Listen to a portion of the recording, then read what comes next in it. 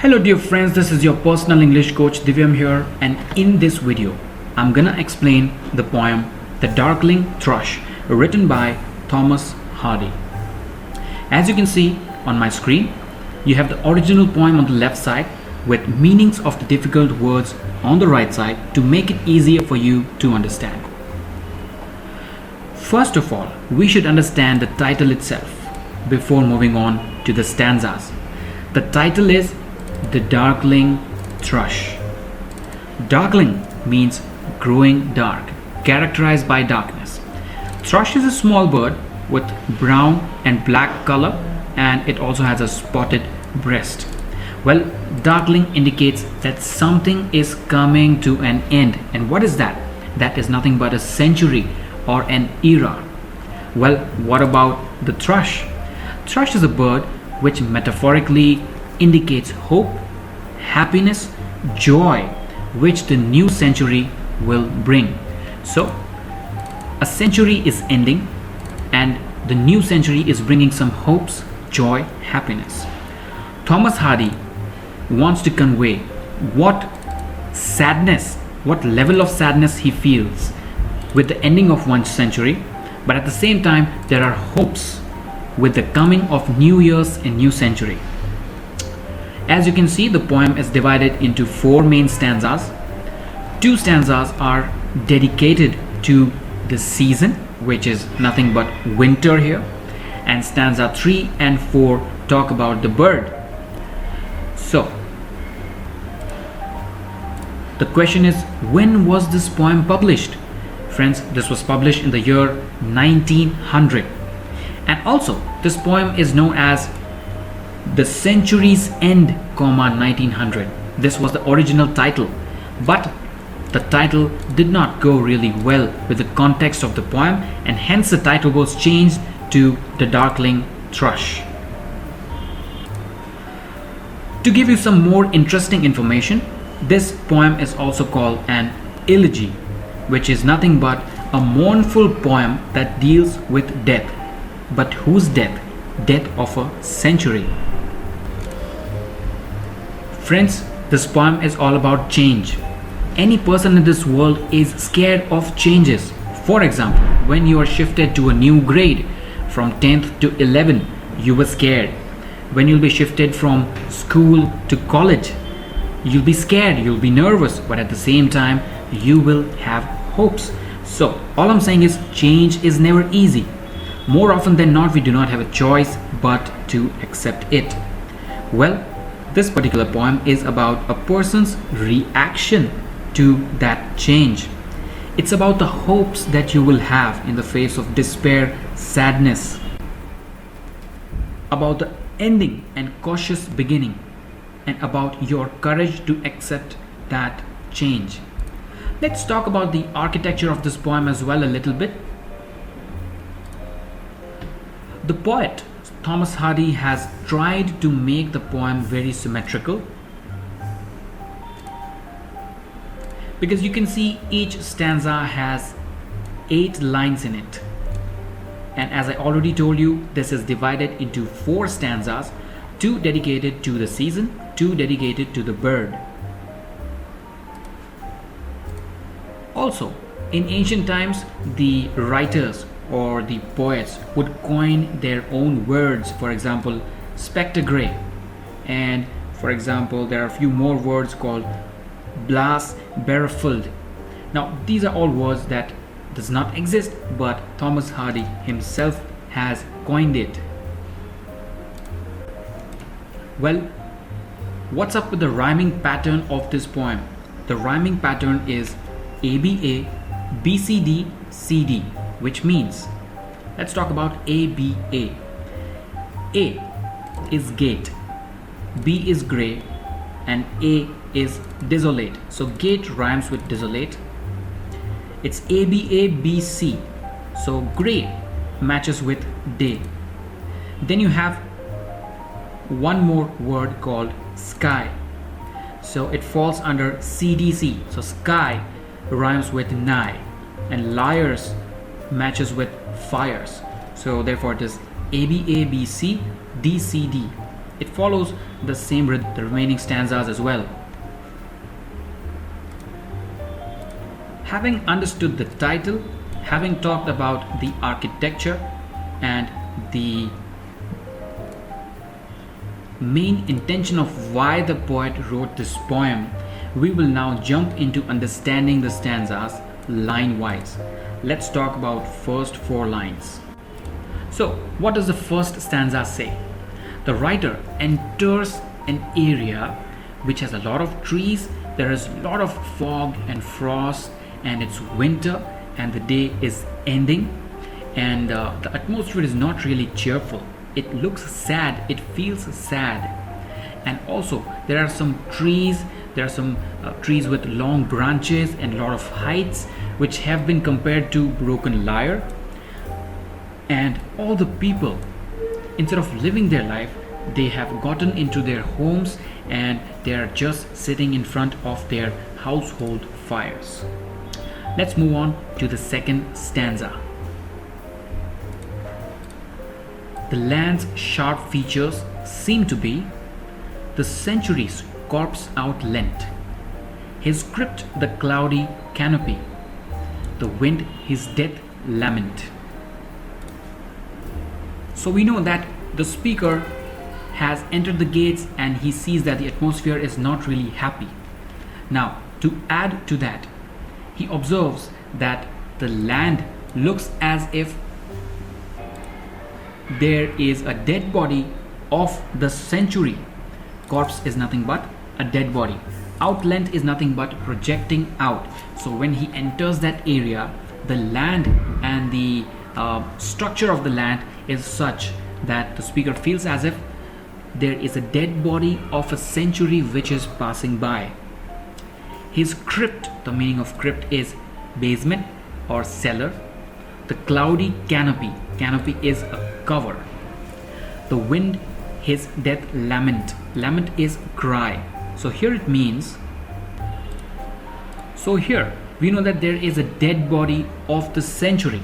Obviously it's personified, but what is covering the dead body? It is the cloudy canopy. So it's like a tomb covered with clouds.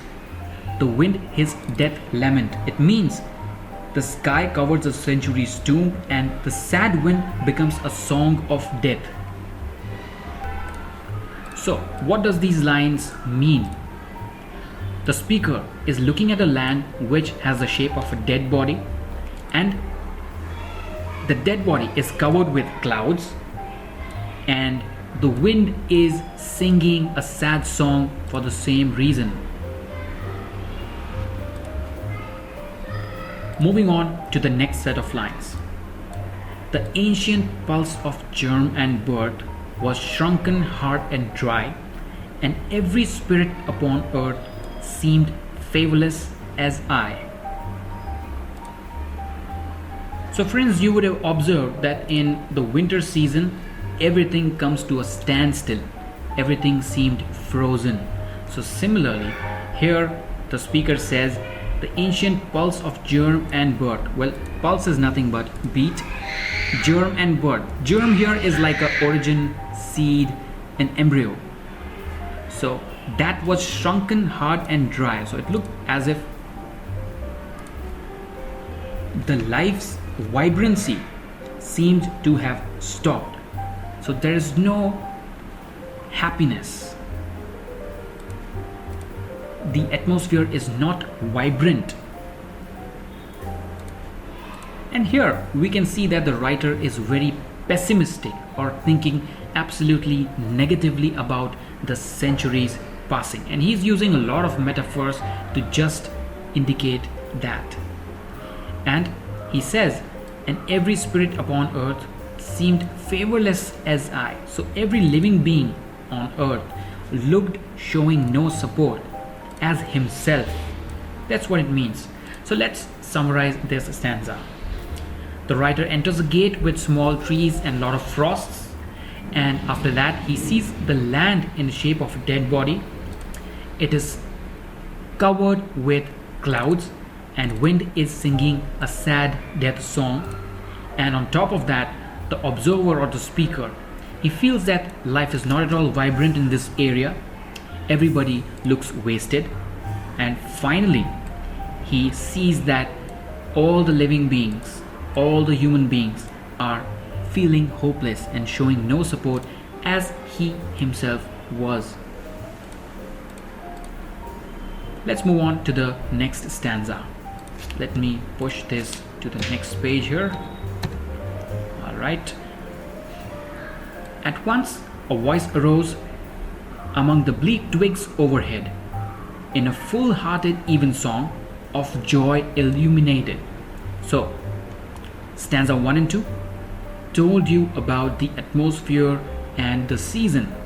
Stanza 3 has a twist in it. Let's see what that is all about. At once a voice arose among the bleak twigs overhead. What is twig? Twig is a branch.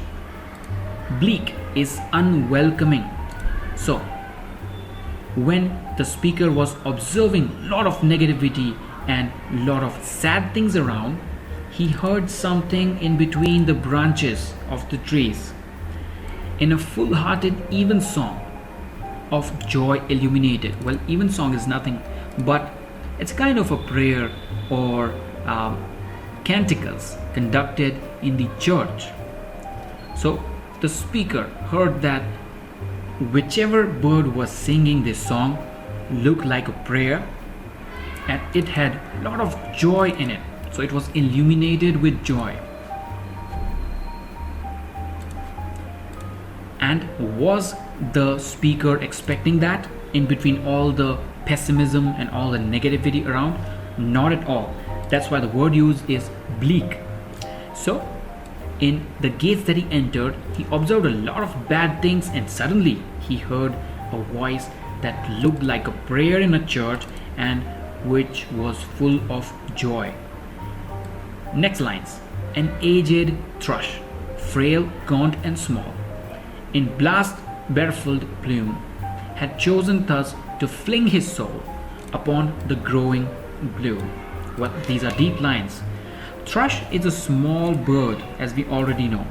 Frail is weak, gaunt is thin, and small. So, which was the bird whose songs or whose voice looked like a prayer? It was a small bird. It was thin and fragile and small in shape. Here the speaker says, in a blast barefoot plume, which is nothing but its feathers were disarranged by the wind. Its feathers were disturbed by the wind. Now, this little bird had chosen to fling his soul. Meaning of fling is throw his soul. So sing its heart out. This bird had chosen to sing it out in between the darkness, in between the negativity, in between sadness and despair. So what does the third stanza tell us? Well, as we already know, the speaker was moving around in a place full of trees and sadness and pessimism, and suddenly he hears a little bird throwing its heart out in its song. And its songs were as good as prayers. And then if you talk about the appearance of the bird, it was a thrush. It was slim, it was aged, it was fragile, it was very small. But the bird has decided to sing its heart out in between the darkness and the pessimism.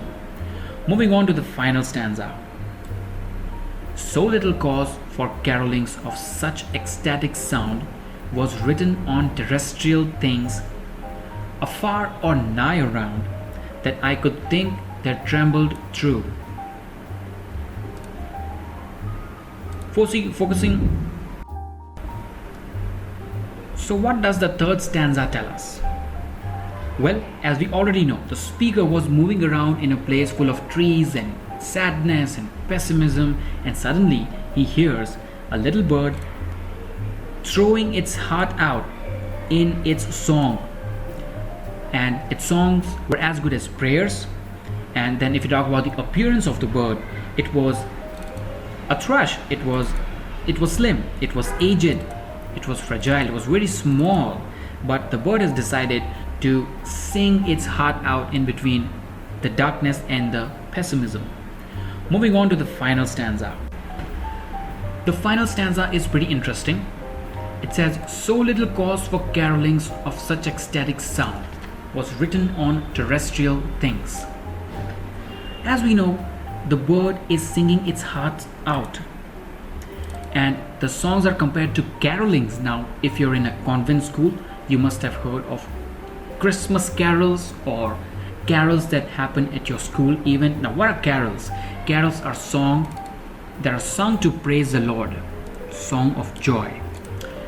So the bird was caroling in such ecstatic is when you are full of happiness, when you are thriving with joy. This is a nice word that you should learn.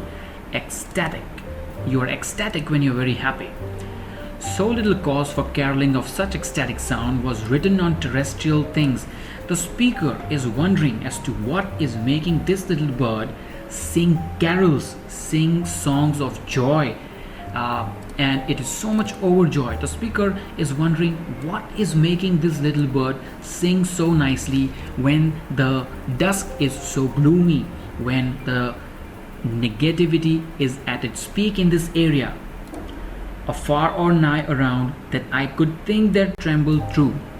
Afar is at a far away, at a distance. Nigh is near. So at a distance or nearby, according to the speaker, there is some kind of event that's going to happen, because of which this bird is singing beautiful songs. His happy good night air, some blessed hope whereof he knew, and I was unaware. His happy good night air. Well, the air for the speaker, was it really good? No, it was not. It was sad, it was unhappy. But for this bird, it seemed to be happy because it was singing so well, and because it was dusk and the night was gonna fall pretty soon. So it was a good night for that bird, and it was a happy night for that bird. The air was full of ecstasy for that bird. Some blessed hope whereof he knew. The bird, according to the speaker, is blessed because the bird has hope. The bird knows that something good is gonna happen. And unfortunately, that particular event or situation was not known to the speaker. Therefore, he says, I am unaware of what's gonna happen, but the bird is aware, so it is blessed. Now here, like the poet, we can only wonder, keep our hearts open, and just be glad that there is reason to be happy at all. So friends, this is the poem. Let's summarize. Stanza 1, it talks about how the speaker enters an area with a lot of darkness, frost, snowfall. It looks pretty hopeless. Stanza 2 also demonstrates the atmosphere or the season. It escalates the level of pessimism because the century's end is compared to the corpse, which is nothing but a dead body. And according to the speaker, the people have become hopeless and favorless. And finally, there is a bird, and it's nothing but a thrush, which is slim and fragile, which the speaker hears singing. And the speaker wonders why it is singing despite of so much of darkness. And here the speaker again wonders what's making this bird sing so well. Is it something near? Is it something far? Is it some event that's making it sing so well? And he says, I am unaware, but the bird is really aware. So friends, I hope you've understood the poem. If not, please mention it in the comment section and I will be very happy to help you. I thank you for watching and I hope you have a wonderful day.